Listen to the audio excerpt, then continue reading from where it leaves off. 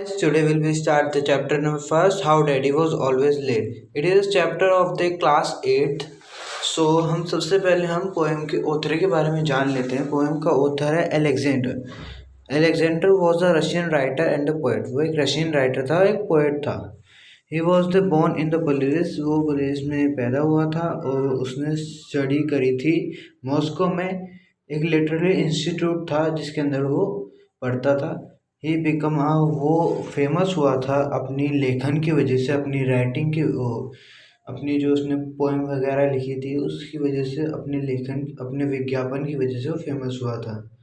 तो उसकी जो फेमस चिल्ड्रंस बुक है जिसे चिल्ड्रन ज़्यादा पसंद करते हैं, when daddy was a little boy. जब हमारे पापा जब छोटे हुआ करते थे, इस कहानी में वो बताया गया है. ये मान लो कि हम अपने पापा की बचपन के बारे में इस कहानी में बात करने वाले हैं, इसलिए बहुत ही ज़्यादा फेमस स्टोरी बन गई थी उनके लिए. ये एक इंसिडेंट से भरी कहानी है और एडवेंचर्स हैं इसके अंदर फादर के बचपन के. और जो हमारे उसके फादर ने, ऑथर के फादर ने, अलेक्जेंडर के फादर ने अपने डॉक्टर को बताया था. So when the daddy was a little. जब उसके डैडी छोटा हुए करते थे, little daddy he went to school just like a other student. और बच्चों की तरह वो भी स्कूल जाया करते थे. All the student come to before the bell ring. सारे के सारे बच्चे बेल बजने से पहले स्कूल में आ जाते थे. बट जो लिटिल डैडी थे always reach school late for some reason और अदर. वो जो लिटिल डैडी थे वो किसी ना किसी वजह से लेट हो जाते थे और बच्चों की तरह नहीं थे. Daddy parents could not do they think about it. Daddy के मतलब जो डैडी के पेरेंट्स थे, it's like a grandfather and the grandmother, वे इस बात से बहुत नाराज़ थे. Every evening they same old story repeat. हर किसी इवनिंग में यही स्टोरी रिपीट होती रहती थी. वो लेटर होते रहते थे. Have you done your homework? Grandpa was asked. Grandpa ने लिटिल डैडी से पूछा, क्या तुमने अपना होमवर्क कंप्लीट कर लिया? और फिर लिटिल डैडी ने बोला, wait a second little daddy. Little daddy ने आंसर दिया ग्रैंडपा को, please daddy wait a second. क्योंकि आजकल के बच्चों को स्टोरीज बहुत पसंद आती है. वो स्टोरी जितनी ध्यान से पढ़ते जितनी स्टडी ध्यान से नहीं करते.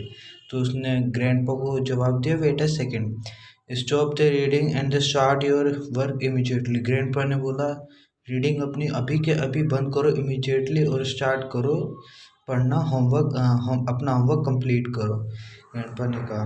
और फिर लिटिल डैडी ने कहा, just one more page little daddy would say. Little daddy ने कहा, बस एक पेज और. Little daddy would finish the one page and start new.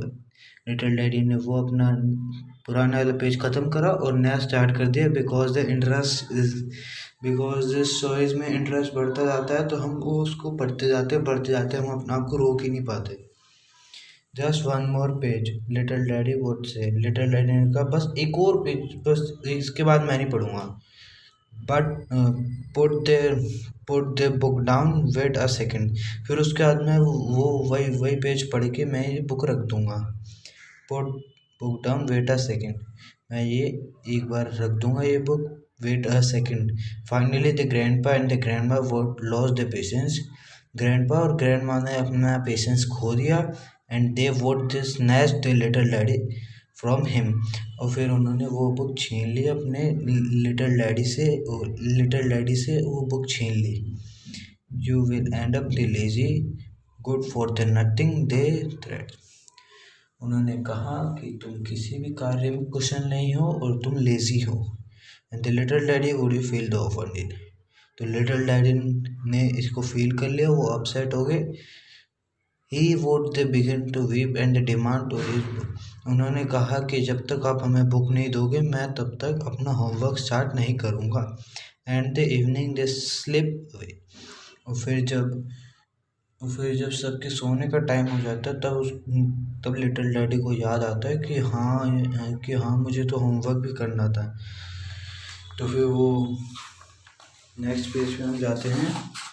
His homework, उसको याद आया कि लिटिल डैडी को याद है, हाँ मेरे को तो वो भी करना था होमवर्क जो स्कूल के द्वारा मिला गया था उसे। He did his work in a day, वो फिर पूरी रात आधी रात बैठकर अपना काम करता है। By the time he was through the really late, उसको काम करते करते बहुत देर हो गई। And the grandpa and they would be exhausted, वो grandpa and the grandmother इस बात से बहुत परेशान हो गए थे। In the morning the different story में एक ट्विस्ट आ गया, एक अलग ही झुकाव आ गया। Get up the grandpa and would say wait a second little daddy in the mumble. Get up the grandpa would shout wait a second you are late. Grandpa और grandmother उसे उठाया little daddy को, उन्होंने कहा wait a second, तुम late हो चुके हो। फिर भी वो कहते हैं wait a second please grandpa, उन्होंने कहा। Everyone knows they hard to get up when you went to bed late the night before. हर कोई ये जानता है कि अगर आप लेट सोओगे रात को तो सुबह उठना कितना मुश्किल हो जाता है बेड से, हर कोई जानता है। You have all sweetest dream in the morning, और आपको कितने स्वीट प्यारे प्यारे प्यारे प्यारे ड्रीम आते रहते हैं मॉर्निंग के अंदर।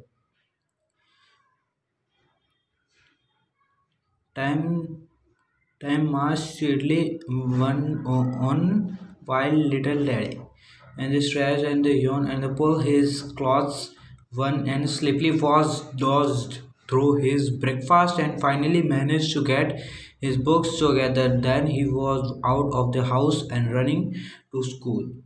और फिर वो स्ट्रेच करते करते मतलब अंगड़ाइयाँ लेते लेते बाथरूम के अंदर घुसे। फिर उन्होंने अपने क्लॉथ्स उतारे और फिर उन्होंने धोए उसे और फिर आराम से नहा धो के बाहर निकले। और फिर जैसे ही गेट से बाहर निकले रनिंग भागते हुए स्कूल गए। Since the little daddy his homework in the last a minute, उन्होंने लिटिल डैडी ने कुछ क्षणों में अपना होमवर्क ख़त्म करा था, तो वो कभी भी ठीक नहीं होता था, अच्छे से नहीं होता था। Since he was always late for the school, और वह हमेशा की तरह आज भी लेट ही थे। ही often missed the teacher and the explanation of the new subject, वो अक्सर अपने टीचर्स को एक्सप्लेनेशन देते रहते थे अपने न्यू सब्जेक्ट्स के बारे में। And they make the harder for him to understand what the rest of the class was doing, ये इनके लिए बहुत ही ज़्यादा मुश्किल हो रहा था दिन पर दिन। Little daddy was a let all his life, वो लिटिल डैडी जो थे वो हर चीज़ में अपनी लाइफ में लेट कर रहे थे। अपनी स्कूल लाइफ में पूरी स्कूल लाइफ में लेट रहा, अपनी कॉलेज लाइफ में लेट फॉर वर्क।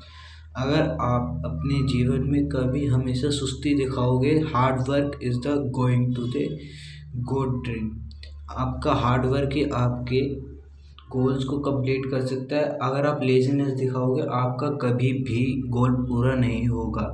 फिर लिटिल डैडी इसी तरह अपनी स्कूल लाइफ में लेज़ी रहे, अपनी कॉलेज लाइफ में लेज़ी रहे और अपने हर वर्क में लेज़ी ही रहे। He lost out a many things in the life because a willful habit, उन्होंने अपनी लाइफ में बहुत सारी चीज़ें खो दी उसकी कुछ बेकार सी हैबिट की वजह। बेकार हैबिट नहीं कह सकते, पर कोई भी चीज़ अगर ज़्यादा करोगे तो वो आपके लिए हार्मफुल होगी ही होगी।